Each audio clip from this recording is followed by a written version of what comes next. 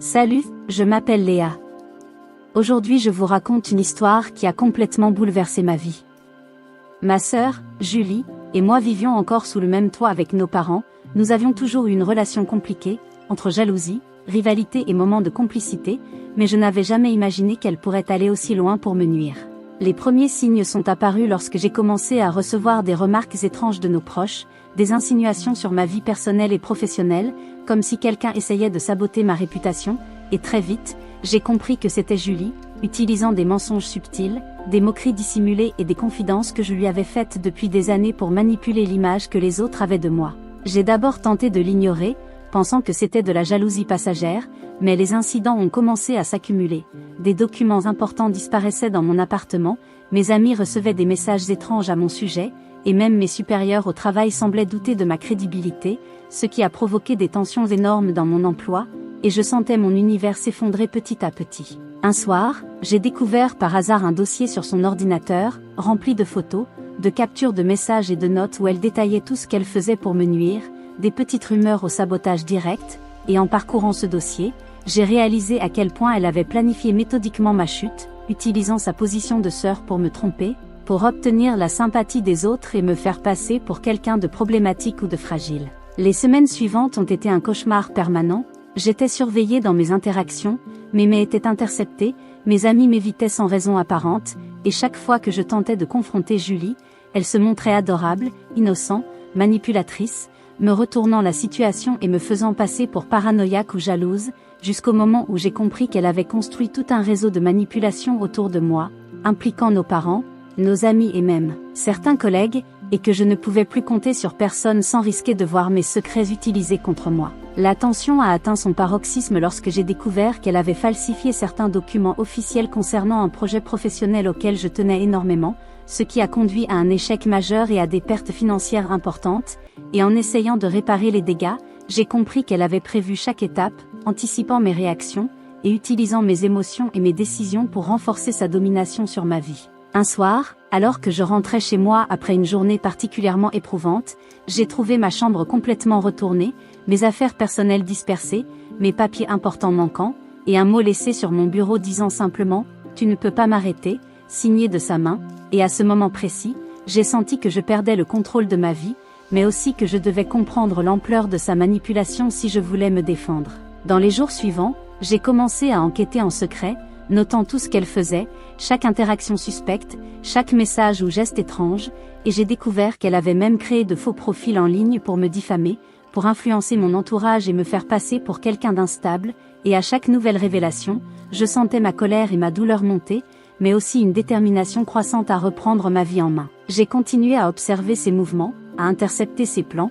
et petit à petit, j'ai commencé à trouver des failles dans son système de manipulation, mais chaque victoire partielle était suivie d'un nouvel obstacle, d'une nouvelle ruse, car Julie semblait anticiper toutes mes tentatives, utilisant sa connaissance intime de ma personnalité contre moi, et je réalisais que cette bataille n'était pas seulement une question de survie sociale, mais un combat pour ma santé mentale et mon équilibre, car elle avait ruiné ma vie à petit feu, utilisant la proximité, l'amour familial et la confiance comme armes pour me contrôler et me détruire silencieusement, et à chaque nuit passée à réfléchir, à rassembler les preuves et à planifier mes prochaines actions, je sentais que cette guerre contre ma propre sœur allait déterminer qui j'étais réellement et jusqu'où j'étais prête à aller pour récupérer ce que j'avais perdu, et que rien ne serait plus jamais comme avant. Après avoir rassemblé des preuves de toutes ces manipulations, j'ai commencé à élaborer un plan pour confronter Julie, mais je savais que ce ne serait pas simple, car elle avait toujours été plus rusée que moi, capable de retourner chaque situation en sa faveur, et je devais être prudente pour éviter qu'elle ne découvre mes intentions.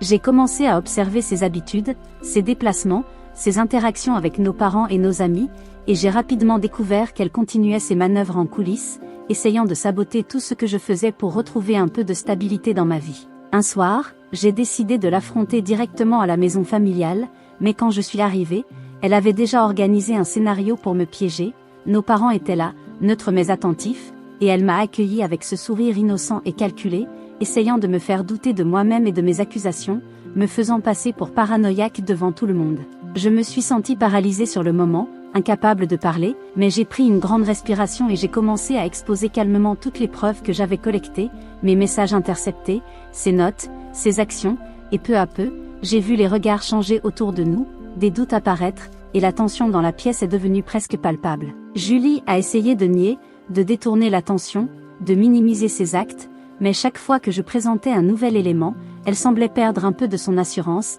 et j'ai commencé à comprendre que sa manipulation, aussi habile soit-elle, avait des limites, et que la vérité pouvait enfin se faire entendre. Mais la bataille n'était pas terminée, car après cette confrontation initiale, elle a commencé à riposter de manière encore plus subtile, messages codés, fausses rumeurs sur mon comportement, tentatives d'isolement social, et chaque jour devenait une lutte pour maintenir ma réputation et ma santé mentale intactes, et j'ai compris qu'il ne s'agissait plus seulement de réparer ce qu'elle avait détruit, mais de me reconstruire tout en anticipant ses coups suivants. Un moment crucial est survenu lorsque j'ai découvert qu'elle avait même impliqué des collègues et des amis proches dans ses intrigues, leur racontant des versions déformées de nos disputes et de mes réactions pour me faire passer pour instable ou irrationnelle, et cela m'a poussé à changer ma stratégie, à être plus prudente, plus méthodique, à documenter tout, à noter chaque détail, et à planifier mes actions comme si je menais une véritable enquête pour protéger ma vie. Puis, un soir, alors que je pensais avoir pris un peu de contrôle, j'ai surpris une conversation téléphonique où elle parlait de moi à une amie de nos parents,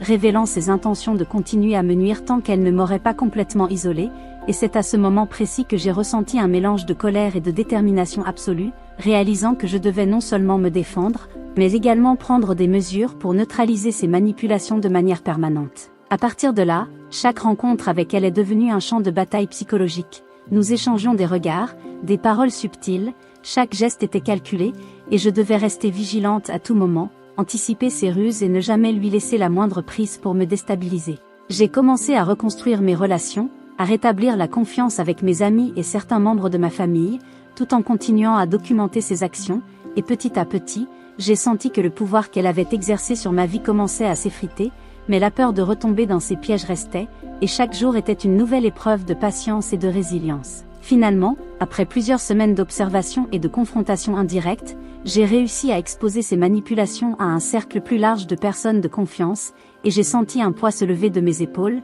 même si la blessure émotionnelle restait vive, et en repensant à tout ce qu'elle avait fait, à la manière dont ma vie avait été bouleversée, j'ai compris que cette bataille contre ma sœur avait été la plus difficile de toutes, mais qu'elle m'avait aussi appris à rester forte, à anticiper les trahisons, et à ne jamais laisser quelqu'un contrôler ma vie de cette manière.